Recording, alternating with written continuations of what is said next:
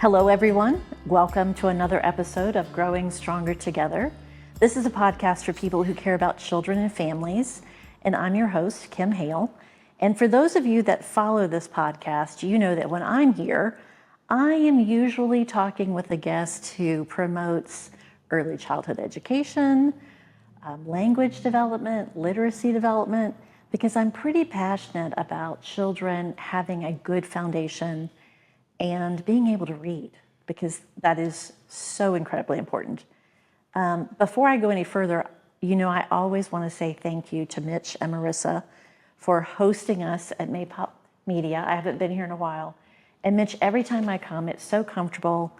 The setting is always a bit different. I never know what to expect. But I've tried doing this on my own a few years ago, and it is so much easier having you do the work. And all I do is show up and chat. So thank you. Cheers to you. I was driving to the studio today from my house in North Johnson City. It's a beautiful day here. I was driving south into Johnson City and thinking about, wow, I've been at ETSU for 18 years. That's East Tennessee State University, for those of you that are not in this area. It's hard for me to believe that time has gone by so quickly. I had a huge birthday. We won't talk about which one, but I had a huge birthday recently.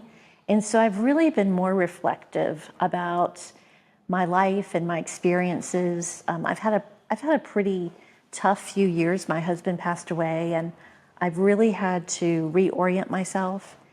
And as I was driving here today, I was thinking, I've had a lot of great experiences at ETSU, things that I never dreamed I would have the opportunity to do. And I think I've made some impact, but I know people have definitely made an impact on me. And recently, someone asked me, Kim, how do you find the guests to be on your podcast? And I said, well, I just know people. Like, I've just met people. It's just like I have these relationships. And I think because I've been so focused on young children and language and literacy and wanting to help and promoting families and strengthening families, I've really had a lot of great connections. So my guest today, I have to tell you, the first time I met her was probably 18 years ago. Okay. When I first came to ETSU. Probably. And I'm going to tell you the adjectives that I assigned to her the first night that I met her, because she was in a class that I was teaching. And the reason I remember this is because over the years, as she continued through her doctoral program, every one of those adjectives were true.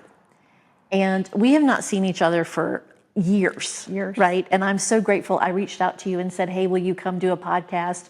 We can do it by Zoom or Teams. And you said, oh, no, I'll come to Johnson City. So you drove from Southwestern Virginia today, which I'm grateful for. But when I met you, Kimberly Sanders Austin, right? That's correct. And it seems like you had several different names when I first met you. Life changes. Yes, that's a whole other story. Whole other podcast. Yeah, for over a wine, maybe. So energetic, was the one student in class that was like on the edge of her seat, ready to learn, like so excited about, I am going to do this. Do you remember that? I still feel that way. You still feel that way? Very strong, convicted, committed about supporting children and families and working in the community. Definitely a grassroots, what can I do for others person. Never was it about you, I'm going to have a doctorate degree. That was never, ever you. Also very innovative and fearless. Like, you would do things that I was like, you're doing what? How? Wait, you have to tell me about this.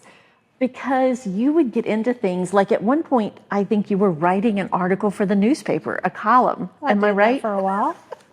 And I was thinking, oh my gosh, that takes a lot of guts, right? Because people are reading it and they could be calling and, harassing you, saying, that's not true. And I didn't like what you said.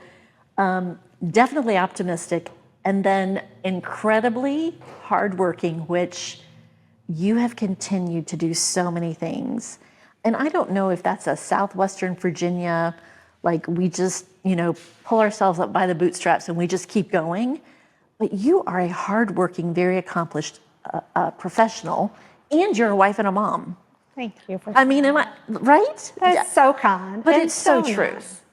Yeah, I think I, from very early in my career, just saw so much need.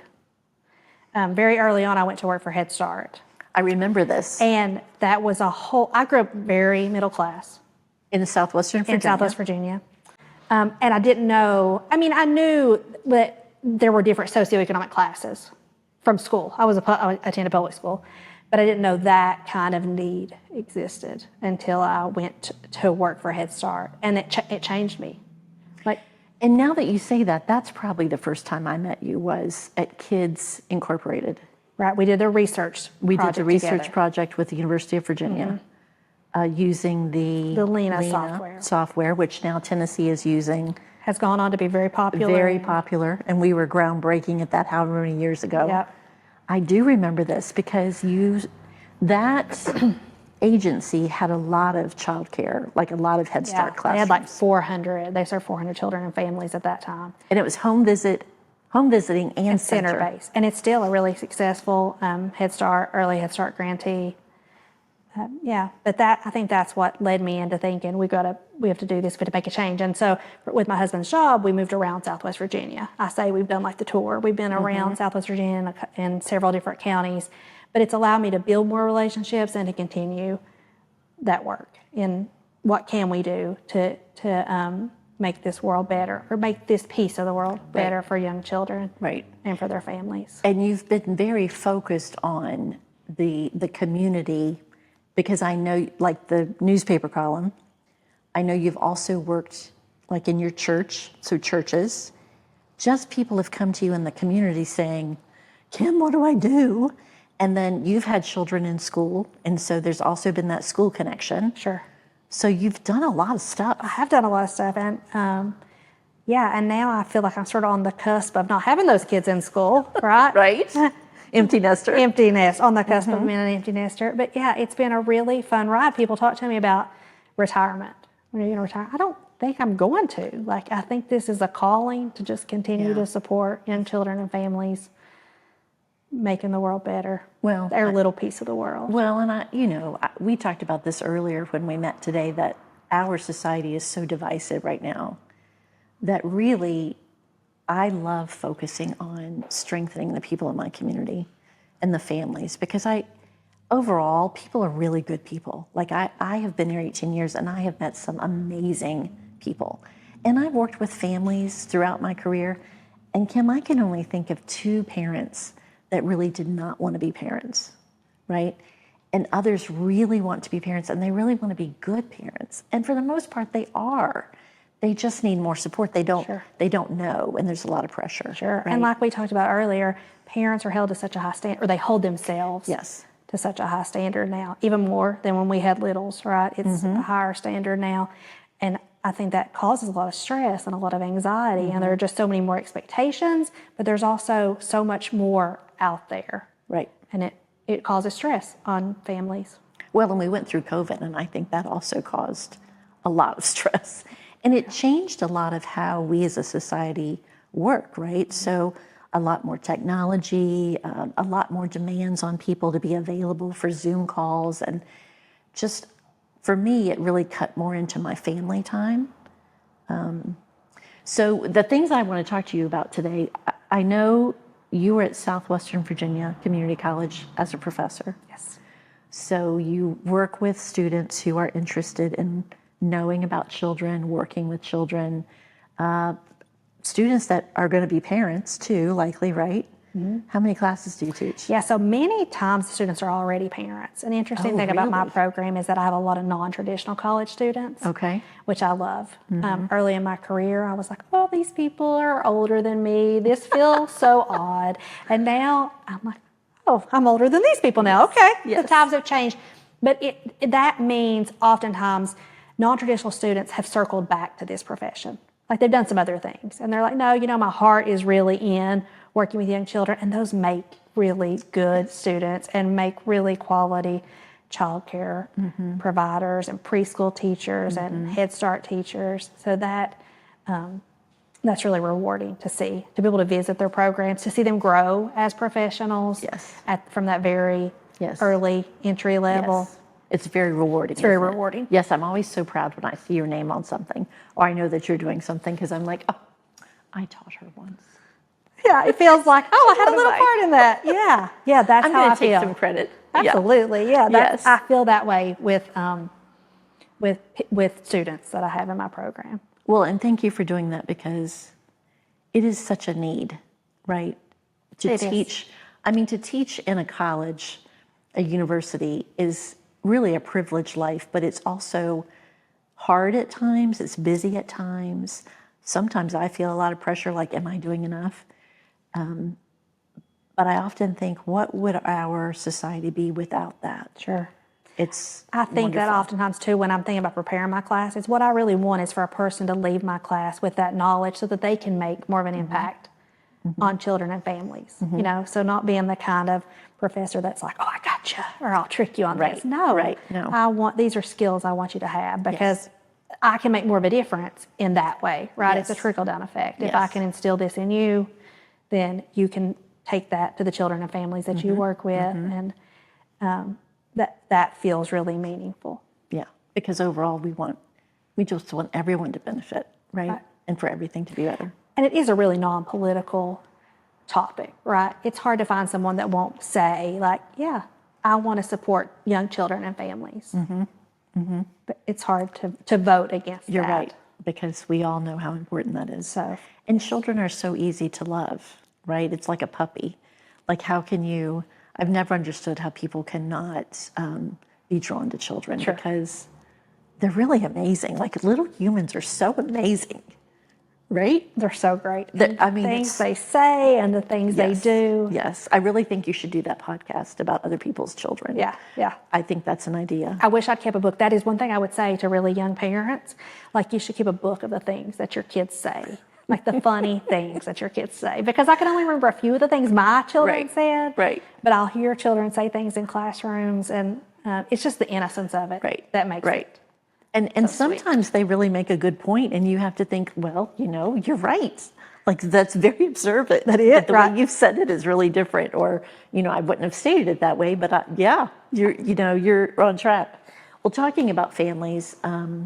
One of the things that this podcast, the purpose of it, especially my part, is really empowering our society to raise healthy children that are literate, that they're ready for school, that there's a love of reading and a support for reading. And I know, like, I love that you brought me this textbook that you wrote. I love this whole thing about nesting, the literacy part of that. So can we talk about, like, the home environment, things that families can do? What do you recommend? What tips would you give to parents who have children that are, I mean, gosh, really any age, but particularly the young kids, right?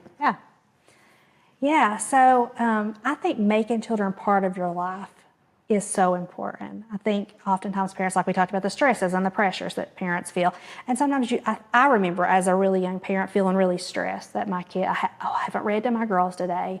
Like, I'm not a good mom. I didn't read them a bedtime story. My husband tucked them in, and usually he did tuck them in because I was so tired by the end of the day.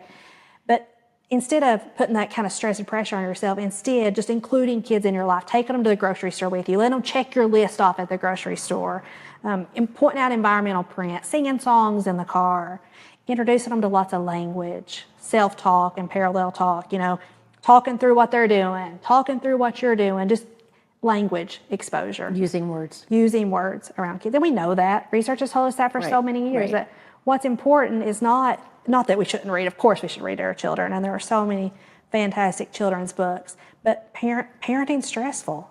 And so many parents, in families, two parents work, right? And there's so little time. I mean, you have to. By the time you pick your child up and you get home and you do all the things you have to do, you feed them dinner and you wash there's not a lot of time left. So we've got to use our time the best way we can. And I think one of the best ways to do that is through including them in our lives. Immersing them in language. When you talk about environmental print, I know what that is. I'm not sure all the listeners know what that is. So talk about that a little bit more. My best example of that I always use with my students is how children can point out the McDonald's sign when they're 2. Right? They know those big golden arches, and they know that says McDonald's long before they know what the letter M is. because they want a happy meal. And that's the best way, I think, to describe that. And it's so fun to play with environmental print with kids on road trips, pointing out what they see and what they recognize and what they know. And, just give them new words, new vocabulary words is so important. Makes them a lot more observant, right? Absolutely. My grandkids are big on Chick-fil-A. So if we're driving somewhere and we pass, the signs on the highway that'll say, gas, and then it has the pictures, and then it'll say food. And if there's a Chick-fil-A sign, then it's Kiki, we're going to pass a Chick-fil-A. And I'll say, well, we are going to pass it. No, Kiki, we need some nuggets. Yeah. Or we need a shake, or we need a... Yeah. And sometimes I'm like, oh, I wish you hadn't seen that, because we really don't have time. Every time I go by Chick-fil-A, every time it's crowded, everybody wants to go to Chick-fil-A. Yeah.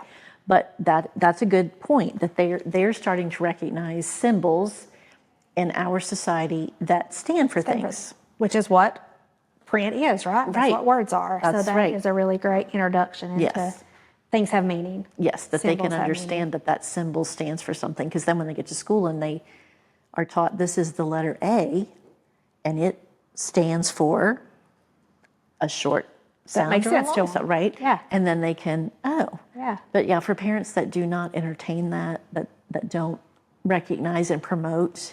Right? My daughter was big on Target. Like, Mom, there's a Target here. Can we stop at Target? Because that's another very recognizable. Or Walmart. Because I know they're toys. Because there's toys in Walmart, there. right? Yeah.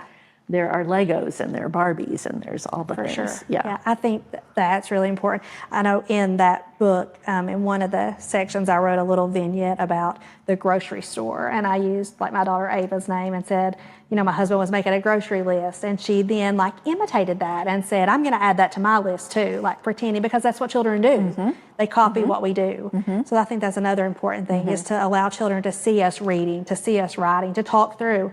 I'm going to add that to my list. I'm going to read my book tonight. I'm going to read the newspaper. I'm reading the news. That looks a little different than it did when we were growing up, right? Because we're so technology driven. Yes. That we all have these memories of seeing our dads or our grandparents reading the newspaper, right? That seems so 1980s, reading the newspaper. We don't do that. That's not how we read the newspaper now. At my house, Kim, I still do that. That's great. So do that with your grandchildren. People, right? They'll be talking about this on a podcast soon. In 30 years, I'll be like, you're not going to believe this. Can you believe that Kiki got the newspaper every day, and she liked doing the crossword puzzle and the Sudoku and But it's all true, the things. and they see us doing. Children see us doing those things. Yeah, I remember wanting to know. This will tell you how old I am. When I grew up, we didn't have cable. Which, when I tell my students that I didn't have cable television or internet, they kind of look at me like, "What?" So at my house, we got 2 channels. CBS and NBC. We could get ABC if my dad got up on top of the house and turned the antenna, and if it was a clear day. So lots of times we got the newspaper, because inside the newspaper there was a schedule for what was on television. Yes. Do you remember this? Yes. And so we would go through, what are we going to watch tonight? And I had 3 siblings. And so we had to decide which channel. Thank goodness we only had 2. Because now it's a lot. My grandchildren don't know anything about that. No. Having to wait for the next episode? No. Wait for something to happen? Because they just click on and, That brings up another great point, though. One of my most vivid childhood memories is watching Sesame Street and Mr. Rogers every day. I remember where I sat. I remember my mom would make my sister and I these little trays, and we would sit in my family home that I grew up in, and we watched that every day. And so, TV gets a bad rap now, right? Yes, and we spend so much of our time as professionals saying, no screens, stay off the screens, screens are bad.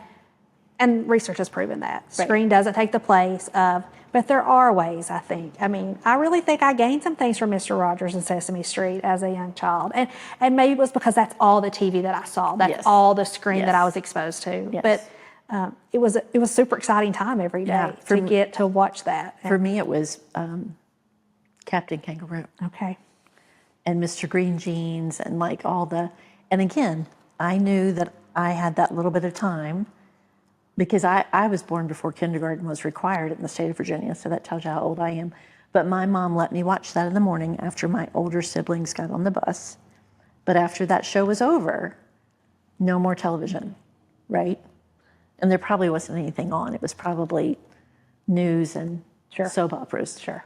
And I do think that parents let kids watch too much TV. For sure.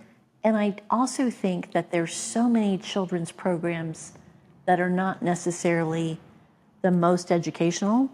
And so they don't know what should I let them? Yeah, that should probably be a whole podcast. That should be a whole podcast. Yeah, looking at children's programming and how we're going to do that next. Yeah, what support, because there are some Bluey episodes that those are really good. And then there are some that I'm like, oh, I don't know about that. Yeah, but for sure, I think that's the case. Earlier we were talking, before we were here on camera, that I just traveled back from Japan. And while I was there, one of the things that was most interesting to me was watching families interact, specifically watching moms and dads interact with young children. And I had a couple of opportunities to do that on my trip. What was so interesting is that the moms and dads were on the ground with their kids. So like we were at a mall and there was this play structure. And if you think about when you've been to a mall in the United States and there's a play structure, the kids take off their shoes and they're running around playing, and the parents are usually sitting around. And grateful that there's somewhere that their kids they're contained and can run around and run off some energy. There, and of course this maybe isn't representative of the whole country, but this was just my experience. The moms and dads were on the floor with the kids. Like playing with their kids. And I didn't just see it once, I saw it several times. Interesting. Very interesting. And I just thought, as a society, we've sort of moved away from that, right? We've moved away from, and I hear oftentimes from moms, they want me to just play with them. And I'm not very good at playing. I'm not very good at imaginary play. I think that's important. And I think that's an important part of developing a child's language, is to be on the ground with them, to interact with them, to play with dolls and play with blocks and use those organic opportunities to build language. And pretend, right? And pretend. So do you remember that in kindergarten we used to have, and we don't have many of these now, at least with the schools I've been in, but we had kindergarten classrooms that had stations. Is that what they were called? So you could go to the dress up and you could pretend to be whatever, right? Or you could go to the blocks, or you could go to housekeeping. There was a lot more of that. Right? There was a lot more of that. I remember that in my kindergarten class. We still do a really good job, I think, of keeping that in preschool classes. Yes. And I teach that to my students. We talk a lot about setting up classroom centers. But yeah, we've become much more academic. And we hear people say that, right? Like kindergarten is what first grade used to be. Right. And like you mentioned, we wanted to sit down before, right? Right. And read. I've also seen some really dynamic early childhood educators that do use play in really appropriate ways to support children's imagination and their ability to create and also develop their literacy skills and their early math skills and all those things that teachers have to do in kindergarten. That they have to do. And I wonder if there's a generational shift, because you and I had these experiences early on of centers and stations and doing all of the play in school. Maybe this group of parents now have been in such academic settings that they really didn't get to have that experience of, dressing up like a queen for a day, or, pretending like, I'm the postman and I'm going to deliver the letters. And that may be why it's hard for parents to think about pretending. Maybe, but we are products of our environment, right? We all are products of our environment. So that certainly could be the case. I think sometimes it just feels silly and uncomfortable too. And so when you talk to another early childhood person, which is probably why some of those characteristics you listed, that's just because I'm an early childhood person, right? Like you got to be willing to just like throw yourself out there. You got to be energetic, but you've got to be willing to take risk, right? Because that's what you do when you go into a classroom with a bunch. Yeah, you never know. You don't know what's going to happen. And you don't know what they're going to say. And you're just going to have to fly with it. And it's just going to have to be okay, right? You have to go on. Because you can't control them, right? Sure. They're going to tell you. But you do feel silly, I think, early on. I think that probably is one of the big things I would encourage parents to do is take time to play. Play, interact, listen, talk. That's a good suggestion. Yeah. It would relieve some stress for sure. For sure. And it's just so fun.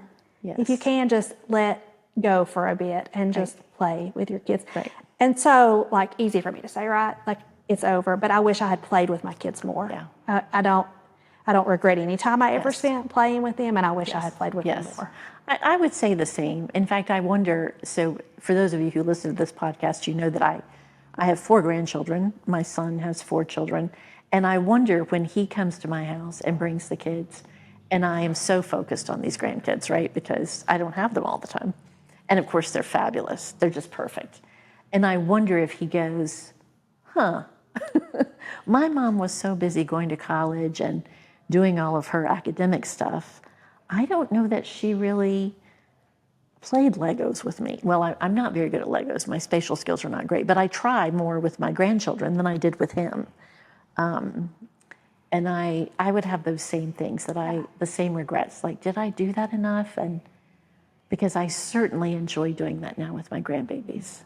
It's just a different role, though, right? There's not all the stress and not all the pressure. And I'm older now, and I'm more confident. I've had a career, right? I'm at the end of my career, and so my days are not focused on that anymore. And so I can be more relaxed, and I can think about what's important to me. When I was younger and my kids were little, I was so driven to do all of these things that I probably, like a lot of parents tell us, was too stressed and just wanted to hurry up, get your homework done, this, finish, get to bed so I can do my things, and I can go to bed, and then we're up the next morning and hurry up, you've got to get on the bus and right, all the things. And like you, I wish I had cherished that more. I actually heard that Trace Adkins song today about you're gonna miss this. About when your kids are young and you're always like, well, we're gonna buy a house, and then we're gonna, and you need to just slow down and go, this is the best time of my life. This is the best. The best time. For sure. I think that's probably maybe the wisest thing we could tell parents. Yeah. I shared with you earlier, I think the whole podcast world needs to know, when I was in my doctorate program, when I first met you, I had young kids, little. I do remember this. Little. Yes. Because you're a mom of 4 children. Yes. I remember this going, I only had 2, and I'm thinking, oh my gosh, this woman is really 4 children. And they were young. I mean, Maddie and Ava were small, young babies. And I remember in that language class, that was really my first deep dive into the literacy research and what research says about young kids and how they develop literacy. And I had a lot of guilt. I felt really guilty, I'm not doing that enough. I'm not reading to my kids enough. I'm not doing all that. And I said that to you at the end of class, I am dropping the ball. I don't know what's going to happen. I'm raising illiterate children, I think, because I'm not reading to them every day. I'm not, full transparency, not doing it. And you said, and I'll never forget it, but you talk to them. Yes. And I think that's really, really important. Really important. And parents need to know that. They're even more stressed now than I was. There wasn't all the social media when I had little kids. True. It was just starting, right? And I know that is stressful for parents now and expectations on parents. But just talking to them, play with them, talk to them, sing with them. Yes, and your kids have been very successful. It turns out they can read. I know, right? They can read. Readers, writers, it worked out. And you and your husband were busy career people. We were busy. But you always, I remember taking them to dance, right? Yep. There were all these, you made time for these activities and planning and doing and talking with them, and they were a part of your life. Making them a part of your life. Yeah, it wasn't that you were okay, you go away, I've got to go do this. They were always engaged, everything that you talked about. And I think parents need permission to do that. Yeah. Yeah. And not to say, certainly we want parents to take part in self-care. Every mom, especially a working mom, you need some time you need to plan those things intentionally and specifically. But just including your kids in your everyday life, I think, makes a difference. And that does much more than promotes their literacy development, right? You're talking about things like emotions and how do you feel. And I talk about this a lot with my students and with other parents. I didn't grow up in a world where we talked about how we felt. I think it was generational. I think some of it is the Southwest Virginia way. Yes, the Appalachian way. We just do. These are the cards we've been dealt. We just do it. And if you look fine, you're fine. Right. Let's go. Yes. And so I did a better job with my kids of saying, oh, you're sad. What's it mean to be sad? But the generation of parents right now, at the preschools that I work with, they're doing such a better job of allowing kids to understand their emotions and how they feel and name those emotions and talk through why they feel that way. Because if kids don't feel self-regulated, I guess is the best way to put it. And for people listening, self-regulation just really means like content, right? The ability to be there and to be present and not be in like sensory overload or on super high edge in a state of fight or flight, but just to be self-regulated. That's a place where we can learn and grow and play and all those things. And communicate, right? And communicate. And learn how to, like, what do you need as a person, right? Sure. And for kids to be able to advocate for, like, I need a break, or I'm worried about this, or I'm scared about this, to be able to communicate that and then learn how to handle it instead of internalizing and not saying anything. So important. In fact, I was thinking today as I was coming here that we've had so much trauma in southwestern Virginia and northeast Tennessee with the hurricane and all of the flooding. And I know that there's a preschool program, Verner Early Learning in Asheville. Have you visited with me? Not. And I was thinking about having Laura Martin, who's a social worker who works there. It's a Head Start. It's actually a child care that is Head Start, early Head Start, and community, which is fascinating to me. Great model. Beautiful. They have several sites, but they have one on the Warren Wilson campus. And I spoke to her recently. We actually just submitted an article that she was a big lead on about emotional responsiveness in the classroom with toddlers. And she was describing to me that after the hurricane, they've been very intentional in the classrooms to have like firemen dress up clothes and to have a lot of rescue because the kids have really come in and played a lot of that out as to what happened, what they witnessed, and how much that has helped them talk about their emotions. And I was thinking that would be a great podcast. That's fantastic. Because I don't know that adults realize how much children observe and how much they internalize. And the meaning that a child makes of something may not be what it really is. And we can sometimes pick up on that through observing their play and watching how they play. Absolutely. And that's exactly what she was telling me.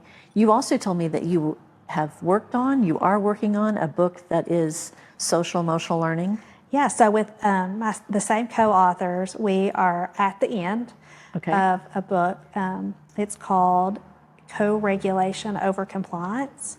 And that's the basic premise of that book. It's totally appropriate for parents to read. It's going to be a free book, a free resource, but it's really geared towards teachers and how teachers can support classrooms, environments where they're supporting children and learning those co-regulation skills instead of compliance. Yes. Just because a child is always compliant doesn't mean that their emotional needs are being met. That's a very good point.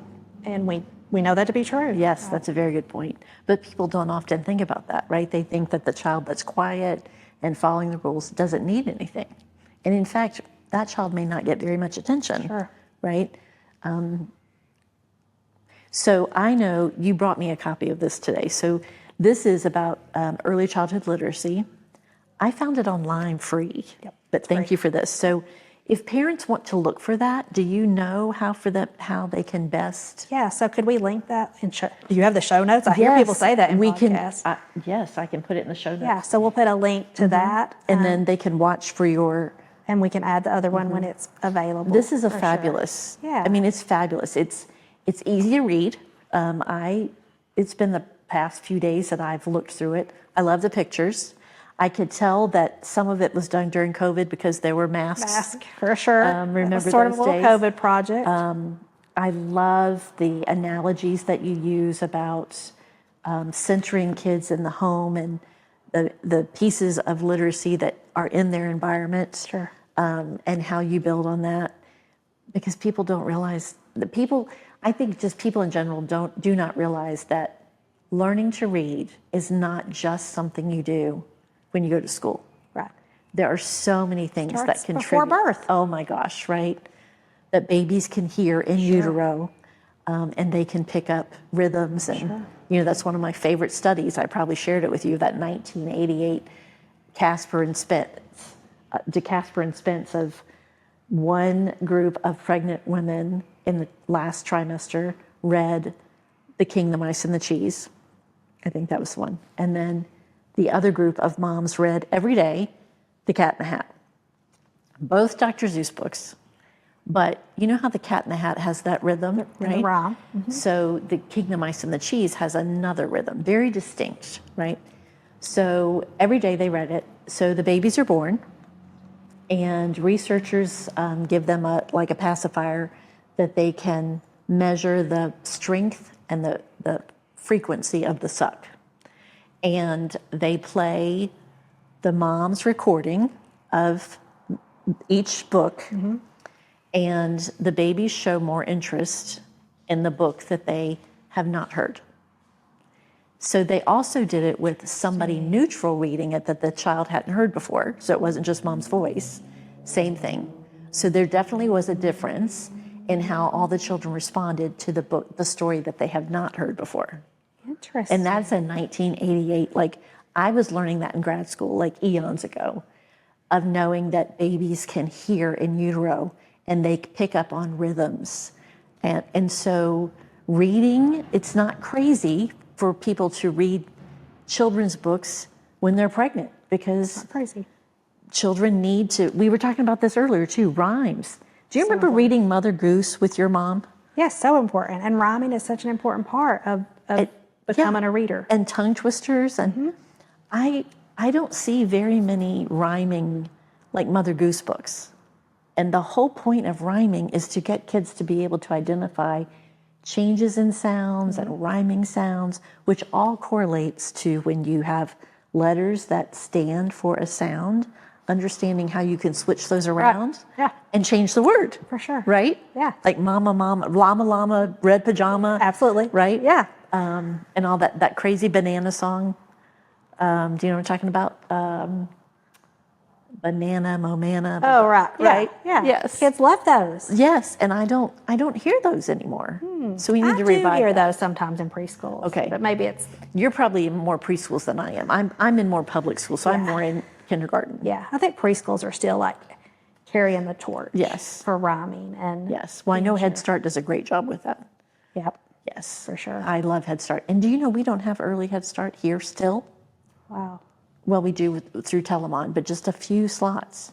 That's something I wish we could change in Northeast Tennessee. I like to share with my, when I teach a child development class, and I like to share with, it's a documentary that shows this child interacting with his parents, and the idea is that I want my students to see the serve and return, and that's what we call it, serve and return, right? But for someone who doesn't even understand that terminology, it really just means like when I talk and then the baby jabbers back, and I talk and the baby jabbers back, and that is a real research phenomenon, right? We call it serve and return.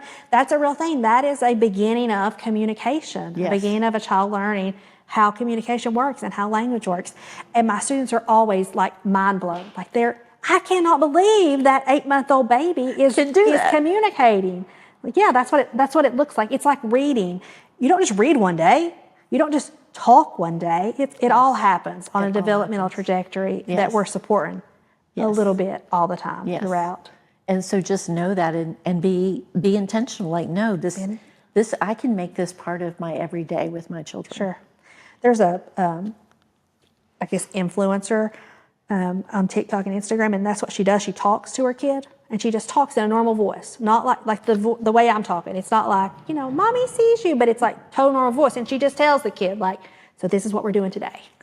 Today is like your dad's birthday, and we're going to do this. And she's just talking to the kid. And the lady has like gotten famous. Wow. Talking to her kid. And I, of course, love to watch it from a child development perspective. And just think about, how fortunate first that child is to have someone who's spending so much time just talking, just exposing her to words. Yeah. And we know it's important for kids to hear a language like between adults too, so they learn how conversations work. But kids know from a very early age if they have your attention. They're very smart. And if you're conversing with them.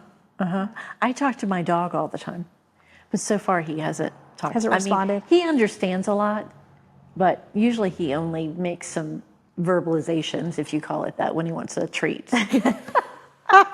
Very food focused. But very food focused. This seems very behavioral. But I talk to him a lot, and I think that's important. Yeah. It's not as complicated maybe as we make it out to be. Yeah, I think you're right. So let's recap, because I know our time's probably up. So stressed parents, don't stress, right? Don't stress. Don't stress. Feed them. Bathe them occasionally. Talk to them. Describe what you're doing, right? Involve them in what you're doing. And use big words. Lots of times parents or just people will sort of water down what they're saying to kids because they don't, use those words. Use all the words. Yes.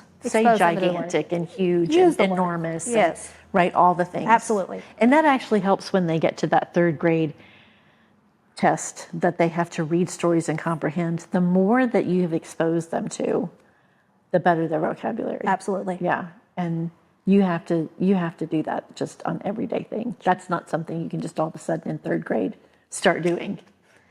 Right. Yeah. One other thing that we didn't talk about that I do think should be a tip is, I told you I've sort of traveled around Southwest Virginia, and every community we've been in, there is a lovely public library with a devout and dedicated children's librarian that loves kids, loves the community.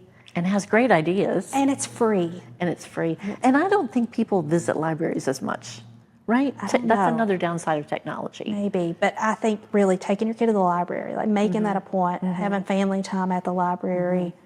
That was some of my children's best play time and interaction was at the library with the children's librarian. My mom took me to the library every Saturday, but my mom was an early childhood educator. That's how this got started for me, I think. Yeah. I had a little golden book every Saturday when she went to the grocery store. And thinking back on it, my mom and dad probably really couldn't afford that every week at Kroger in downtown Blacksburg, but my mom bought one. And then Alan, my older brother, was always the first to read it because he was the fastest reader and he had no patience for waiting for somebody else to finish a page. And then after he read it, before I could read, my older sister read it to me. And then when I could read, then I read it second. And she usually was too old and was like, that's just a baby book. Yeah. And then when I had my parents had my little brother, who I really didn't like for a long time, I did read to him when he didn't get on my nerves. But he came along when I was 6 and I was not very happy. I hope he's listening to this. He'll get a big chuckle. He's getting ready to turn 54 next Monday. And I think I might call him and tell him, I think it's finally okay that my mom and dad had you. I think I finally love you. I've come to terms with the fact with not being the baby. You ruined the fact that I'm not the baby anymore. I had a really great life going, and then all of a sudden at 6 it changed, and that was just cruel. That is a hard age to have a change. And he was so cute, Yeah. It was just anyway. I think you've given parents a lot of tips. Yeah, keep on. Yeah, keep on keeping on. Yeah, have confidence. Take risks. It's hard. Know that it's hard. It is hard. It is hard. But there's going to be a time when you're going to miss it. You will miss it. And it's so fruitful. I think being a parent is the best. It is the best calling. Oh, I think so too. It's such a blessing. All the way. And being a grandmother is really good too. Wait till that happens. Oh, well, hopefully not anytime soon, but yes, I think I'll be really good at that. You will be really good at that. Yes, you will. And my grandkids call me Kiki, so you can steal that name if you want to, right? Since you're Kim and I'm Kim, that works. That works. Thank you for coming. Yes, I mean, this was so fun. It's quite the effort for you to come 2 hours. Oh. Was it 2 hours? About an hour and a half. Well, thank you. Totally worth it. I hope you're going out to dinner somewhere wonderful in Johnson City. But I really appreciate you coming, and it was really good to see you. Yes, and we have to stay in better contact. Absolutely. Thank you all for listening. I'm always so grateful that people care about literacy and young children, and that they take time to listen to the podcast and to follow us. Mitch tells me that we are having more people subscribe and follow us, so that's great. The podcast is funded by Ballot Health, particularly the Department of Population Health, really focused on helping our community and strengthening families and investing in that. I hope you'll join me again next week. I've told Mitch that I have some stellar guests coming, and they have a lot of wisdom to share with me and with you, so you won't want to miss it. And so until that time, take care. And again, thank you for listening.